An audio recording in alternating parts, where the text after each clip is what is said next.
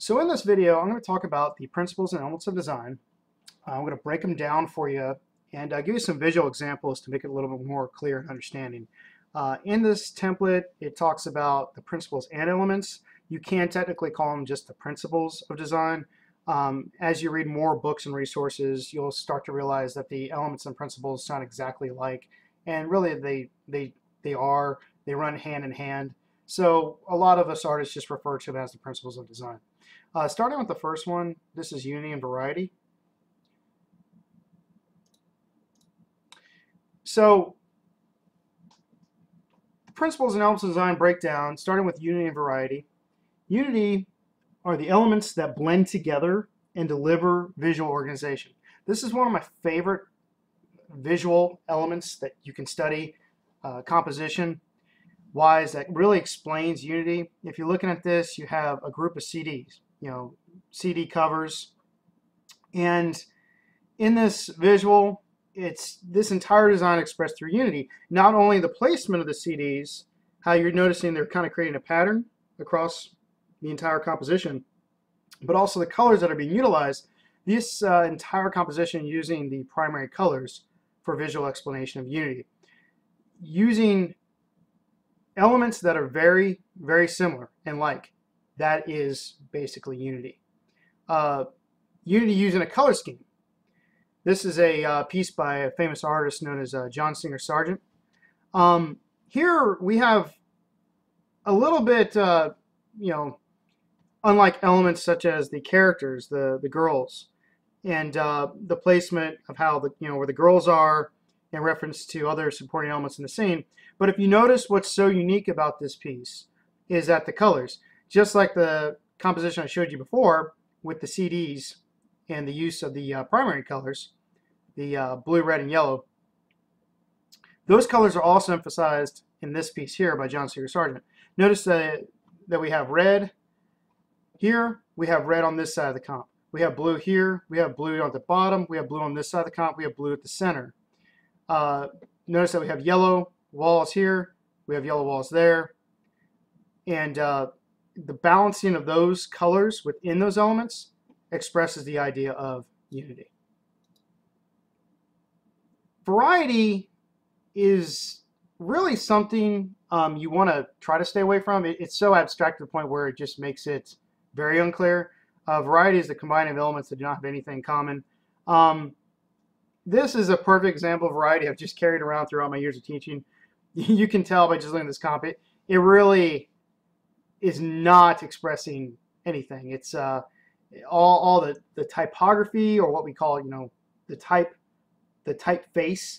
They're all different. We have these really just abstract characters here, and then just this motion of line with circles going across the very top portion, and this random image thrown in behind. Stay away from building compositions like this. Make this more kind of like a foundational layout to build from, and then try to work it more towards the idea of unity, like what I talked about before. Moving forward, the next one on the list was emphasis and focal point. Yeah, this is huge. When we study emphasis and focal point is form used to draw attention, what the viewer will see first. This is the most important element within a composition. If you're noticing this visual example, visual examples that I have placed here, they're all together in one piece, but they're separate compositions. Here the orange circle is seen first no matter what size the supporting elements are in each example, because the circle contains a color where the typography is the strongest neutral, being black. Right, the two strongest neutrals that we call neutrals as far as applies to color is black and white. Because the circle in all these little compositions I have here contains the color, that is the first element, regardless of size relationships, that our eye sees first and is drawn to. That is the best explanation of focal point. Okay? Focal point is used as an artwork too. Here, the viewer's eye draws to the center based on converging elements. This artwork, like I said, I found on the internet. This is a great piece by an artist. If you notice, all the converging lines, elements are all being placed toward the center. And where those elements are coming together at the extreme center of this comp, which is right here. Not exactly the complete center, but I'm saying kind of the extreme center, the area where all these branches are in, grouping together at the emphasis, the focal point right here. That is the idea of using focal point as a tool within an artwork. Emphasis, we like to say emphasis and as we say focal point, mean along the same thing. If you can think emphasis, it's really the eye catcher. That's what you always want to do. You want to go for the eye catcher when you're building a composition, when you're building a design. Here, emphasis is based on one-point perspective. Now, if you've watched my one-point perspective video, you know exactly where I'm coming from. Here, all angles converge on a vanishing point, okay, to create the idea of emphasis. Now, all these converging angles, this is just a random photograph, and you can see by just a photograph, this is black and white photograph, where the vanishing point is and how all these angles are all being converged in there. When you look away from this image and you look back to it, this is the first place your eye lands, because this is where all the elements are being converged into one area to draw that viewer's eye in. You want to draw the viewer in using the idea of emphasis, and then, if possible, when you're designing, then you have your typography to sell the ad. Scale, proportion, and hierarchy. That was the next one on the list here. I have added in hierarchy. Scale. Yeah, you have to have scale when you design. Scale is the size relation between elements. Not all elements should be the same size to create a successful composition. This is so true. Be sure when you're designing art in general, stay away from the idea of all these elements containing highly similar scale. If we notice right here, all the black shapes are pretty much the same scale as the white shapes, and hence all the white shapes are pretty much the same scale as the black shapes. This is so abstract, but because you're not allowing the viewer to really focus on one generalized area, the eye ends up looking all around and becomes extremely lost and does not become a successful piece. Vice versa. Here's a perfect example of using scale. Here, all elements within the composition are various sizes to create depth and perspective. This is an awesome artwork I found online by an artist. I thought this was just great. Like, when you look at this, you're noticing that we have our emphasis, which is on the car. It's kind of the first thing that we see in the comp first. And then all these other supporting elements that contain the same color to balance out the color expressed through unity, what we just talked about. And then all these elements are just scaled different sizes to create that depth. Because we can see where the focal point is. We can see where that vanishing point is. We can see where all these elements are converging. But then we also have the idea of these hot air balloons, all different scales. And that helps emphasize the idea of the depth in the scene. And that's why understanding using scale, but make sure that not all elements should be the same size. Do not make them all the same size. You're really leaning towards a great build out of a design just like this one. Proportion. That was the next one on the list. Scale and proportion. So proportion is one of my favorite things to talk about. When we look at proportion, this dates all the way back into the ancient Greeks. Used to construct the golden rectangle, golden section, golden ratio architecture that can be found in all their art designs, even with structures of plants and flowers and trees. Okay, the golden rectangle section ratio, it all means the same thing. Okay, the formula works like this, and I know I've talked about this in other works, but how the golden section formula works, you basically have this easy formula. It's 0 plus 1 equals 1, right? And then you take the 1 plus 1, and that's what equals 2, and then these two properties add together create 3, then 2 plus 3 equals 5, and then you go back. The 3 plus 5 equals 8, then the 5 plus 8 equals 13, and so forth, okay? This formula dates all the way back to ancient Greece, and it's really broken down visually just like this. This is an image I found online. A is always the longer side, and B is always the shorter, okay? But together, they build the number that they equal to. Using the golden section further. So let me give you the breakdown, and then I added like this little description here. For example, based on the formula above, if you have a square which is 3 inches long, in length, then the shorter side would be 1 and the longer side would be 2. Hence, because 1 plus 2 does equal 3. Let's take it further. So here is the template of how the golden section is broken down.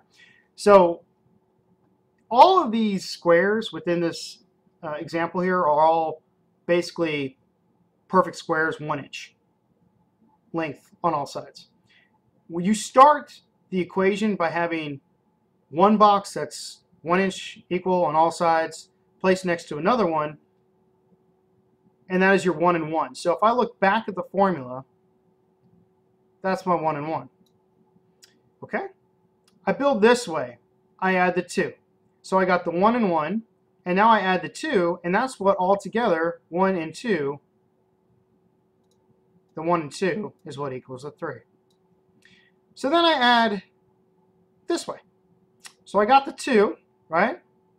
And then I need the 3 in order to get the 5, so I add the 3, and hence together the 2 and the 3 build the 5. So you're noticing how these squares built together create perfect scale, and hence if you keep this formula going and the build out of the numbers through simple addition, you eventually get a perfect scaled out rectangle. This is what the Greeks used. Okay? So using the golden ratio and just analyzing it further for their architecture, the Parthenon is a Greek temple that was designed by Phidias. The temple itself, the Parthenon Greek temple, was created for the goddess Athena, which is what Athens, Greece is named after. Athena is known as the goddess of war. Here is a look at the golden rectangle as it was used to build the Parthenon architecture to perfect scale. Notice how the template above can be perfectly placed into the image below. Look at this, and then voila. Pretty incredible. So the golden ratio can be taken further, and you'll see it in artworks even of today. This is just a quick image I've shown in here. This is the replica of the Parthenon in Nashville, Tennessee.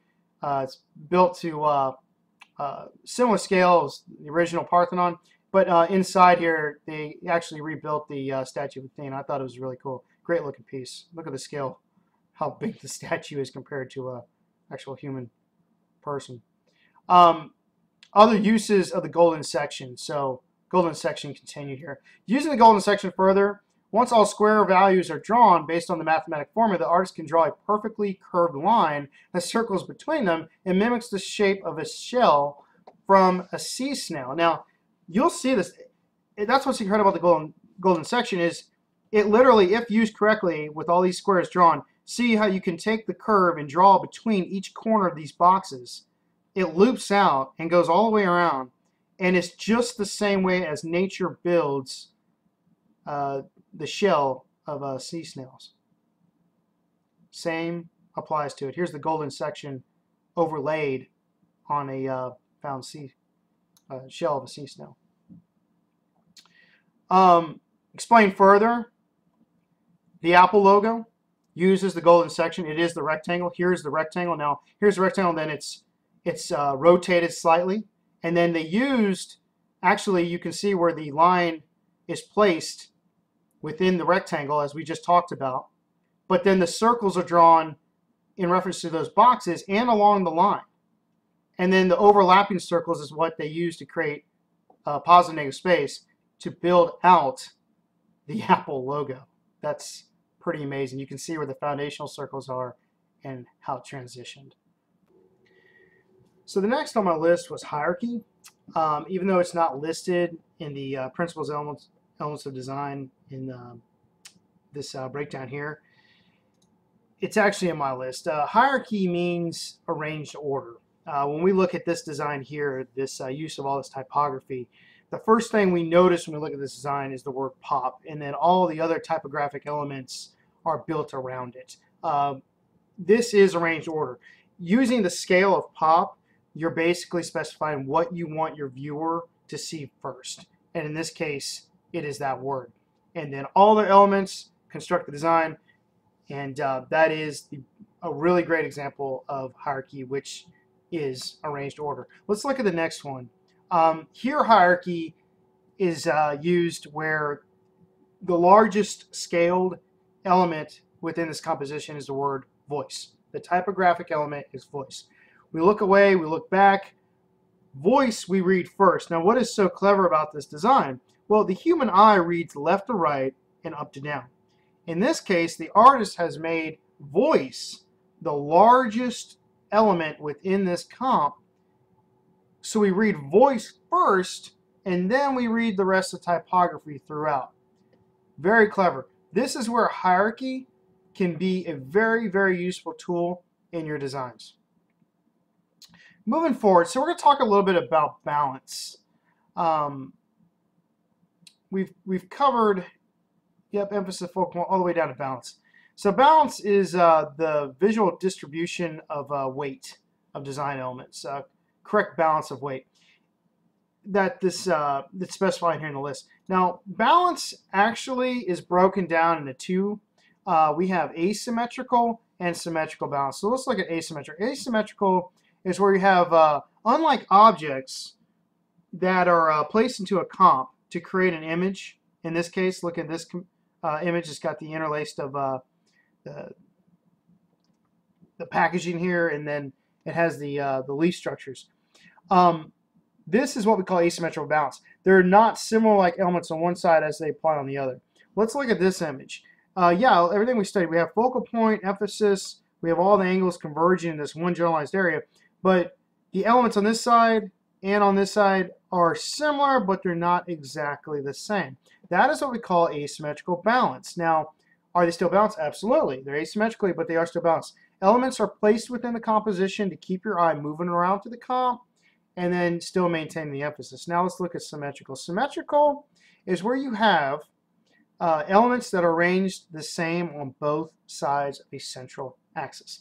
Here in this example, we're using positive negative space, where we have black being the positive in this comp. I'm sorry, in the left side here, while white is the negative, and in this side, the black is the negative space, while the white is the positive.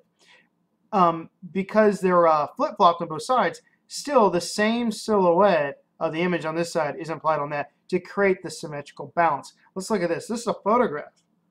So symmetrical balance is implied because look at how the chairs are pinned up over here and how they are on the other side. Even the trimming within the room creates the symmetrical feel of balance. So like objects on both sides of the central axis is symmetrical, or asymmetrical is using multiple various elements. So on to pattern and rhythm. That was the next one. I have pattern rhythm. It has rhythm here in the list, and then down here it's got pattern with texture. I moved pattern up into rhythm, and I'm going to explain why. I don't understand why this would place pattern with texture. But rhythm and pattern actually go together. I'm going to explain that. So here's pattern and rhythm. Pattern is basically a flow of elements. Okay, here's a pattern like a checkerboard. Here's what happens to pattern when it's expressed through rhythm. So rhythm's taking the pattern, distorting it, but still remains a directional flow.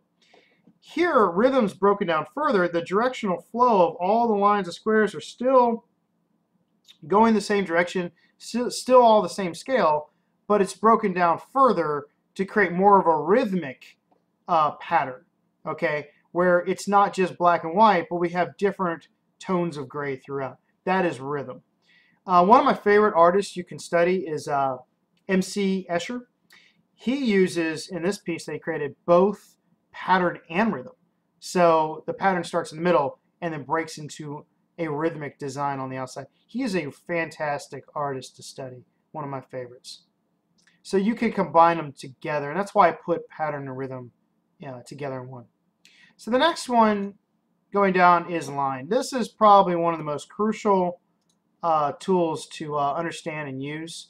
Line, definition of line is the moving path of a point. If I was to lay a point down with a pencil and then move it across paper, I would create a line. That line could be straight, curved, or flow of an arc or circle. Now, lines are broken down into types of lines. Lines show edges, and they can also show the beginning and end of an object. Okay, if we look at lines, everything you visually see in reality, every artwork you see, even an image you download from the internet, even if it's a photograph of a product, all is constructed out of line. Here's this image. This is just a stack of random items. Here's what happens if I was to take all the colors that fill in these items and break them into lines. Here's what I would be left behind. So this, if I was to draw this digitally or through pencil traditionally, I would draw these lines and then repeat the process in opposite order, where then I would fill it in. But what we have to do as artists, we have to see everything that we visually see in reality. Everything is constructed out of a line. And the more you analyze objects and you start analyzing not the object and the texture, but start looking at the contour lines, the more you're going to benefit in the end of understanding how objects are constructed in reality. The other line I want to talk about is what we call implied line. Implied line is a flow, a series of points that we would see in reality. Here at this bridge, if you see all these lights are kind of aligned directly the same across this bridge. So the points of the lights create a flow of a line together. But what about the bridge? The bridge itself is a line. The entire bridge is a line of itself. So things you see in reality day by day, everything you see is broken into lines, but then objects, architecture are also lines themselves.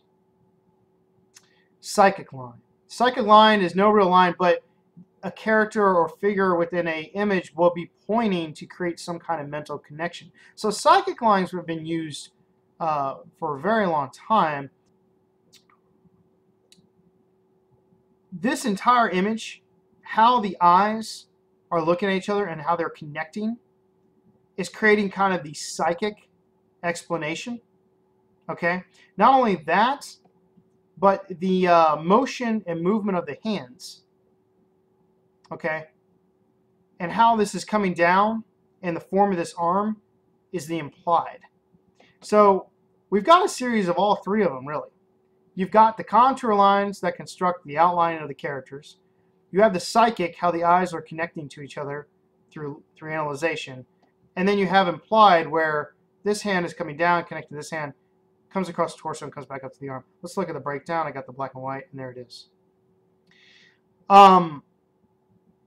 Another great work by George Bellows. Here, if we analyze the two figures colliding together, they construct a line. If I start here on this character where his foot is, and I go up through the form of this character and go around in a U and come back down, that entire formation of the characters together creates a line. Really awesome.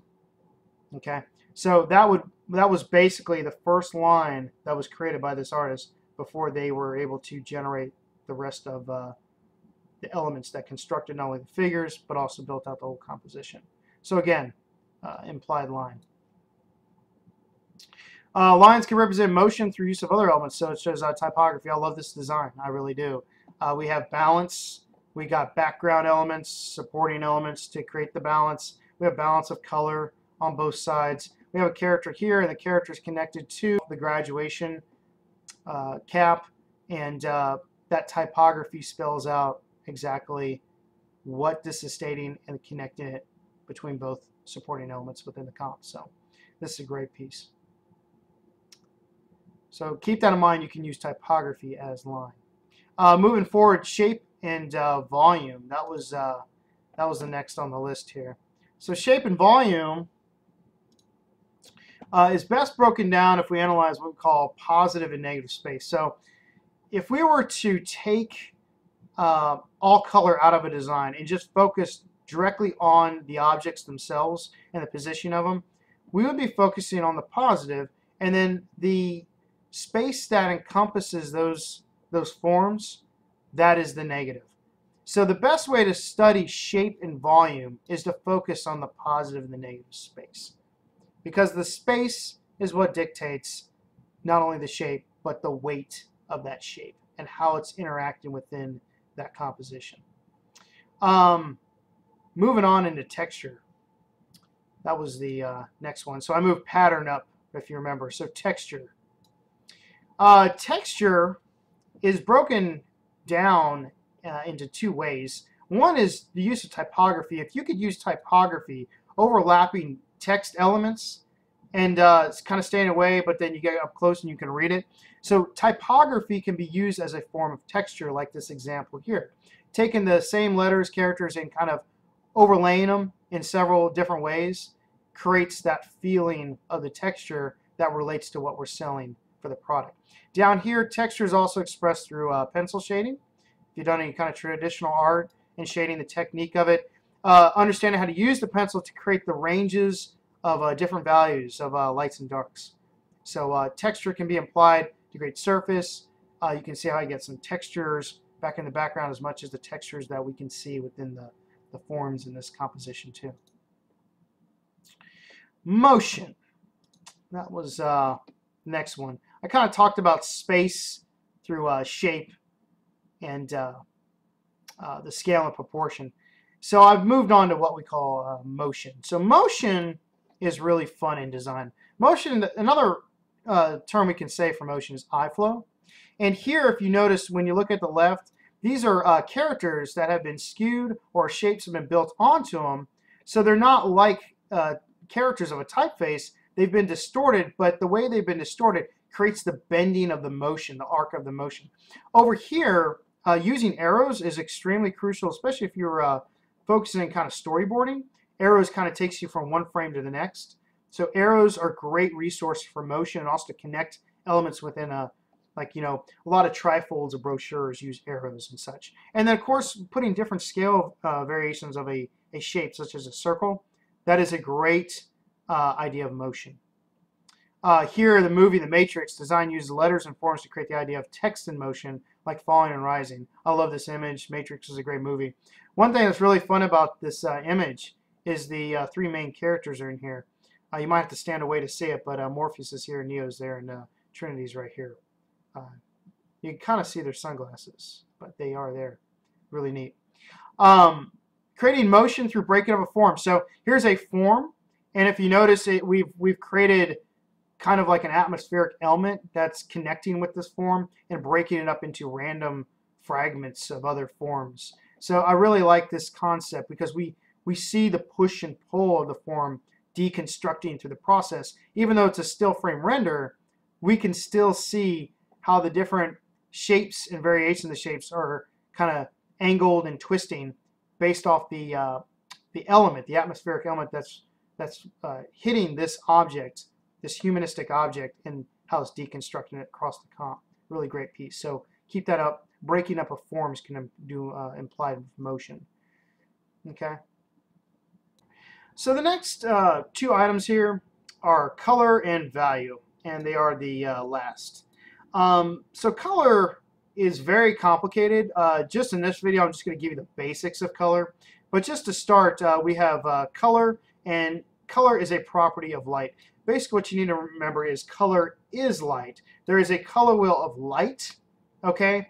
Right now, we're just analyzing the color wheel of color, but light is actually color and where it all begins. I'm going to have another video that will go ahead and break down color theory a little bit further, starting with the color wheel of light. But just for this video, we're just going to talk about the basics of the color wheel of color. So primary colors, the color wheel of color, and the color wheel of colors is formulated from pigments, which is earth materials. That's how the color wheel of color corresponds to color. Keep that in mind. We're talking about pigments, okay? And I'll discuss more about that and talk more about that in the other video with the color theory. But all you need to know for the primary colors, you have red, blue, and yellow, and they're right here. So we have red, blue, and yellow, and together, all those colors on the color wheel of color create what we call a triadic color scheme. They create a triangle, okay? The colors that also create a triadic color scheme, are violet, orange, and green. We say violet. We do not say purple as artists. Violet's the better term to use when you're describing that color. So we have violet, orange, and green. And then right here we have violet, orange, and green. And they make also a triangle, and they are also a triadic color scheme. Okay? So if you remember the primary colors, the red, blue, and yellow, back all the way in the beginning when we were talking about the first couple pieces, here they are. When we're talking about unity, there they are. We have blue, red, and yellow. These are the primary colors of the color wheel. And then we had the two strongest neutrals, which is white and black, build out this entire composition. Same applied here when we were talking about, we had the primary colors. We had yellow, blue, and red right there. And how they're balanced throughout the comp, this John Singer Sargent piece, same applies. That is a triadic color scheme. So going back to color,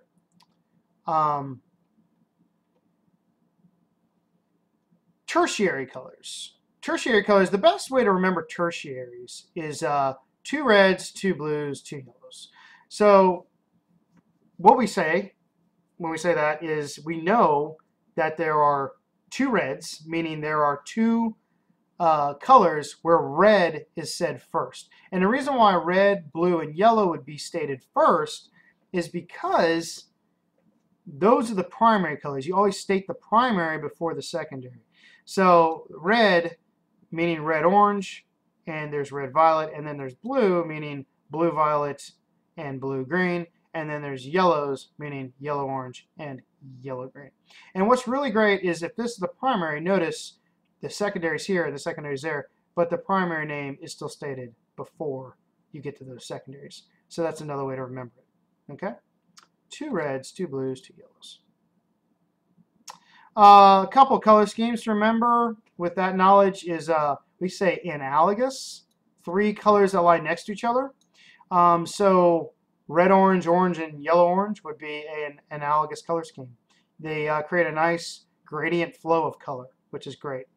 Complementary colors is where you have a primary and you have its color that's across from it on the color wheel.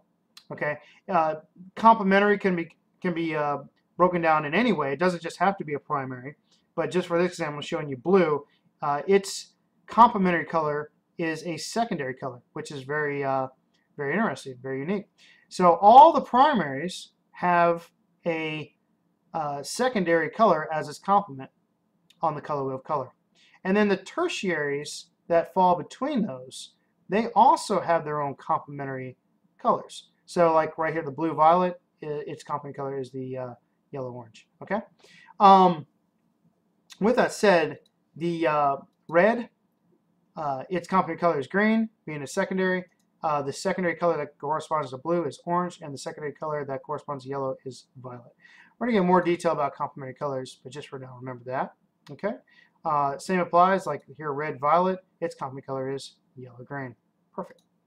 And then last but not least, color value refers to the lightness and darkness of hues. Now, in here it says it's a measure of the lightness and darkness through gray. That is absolutely correct. If we were to take the grayscale, which is right here in the middle, and then we took any color and added to the grayscale, we're going to see the intensity of that color either dull or lighten. Hence, if you were to say that, basically you would say shades and tints and shades. So we're tinting the color on this side and we're shading it by adding gray, actually black, as it gets further this way to the color. And that is called the value of color, expressed through tints and shades. I hope this video was beneficial for understanding how the principles of design can be used, broken down, and definitely applied into your graphic design projects. Keep in mind that you can go to my LinkedIn page at linkedin.com if you would like to link up with me and have me as a resource and a reference in your list of contacts. you can send me a message at my LinkedIn, and I will reach out to my Yahoo email, hence my Gmail accounts, and I can always be there to help you. Thank you for watching, and look forward to working with you.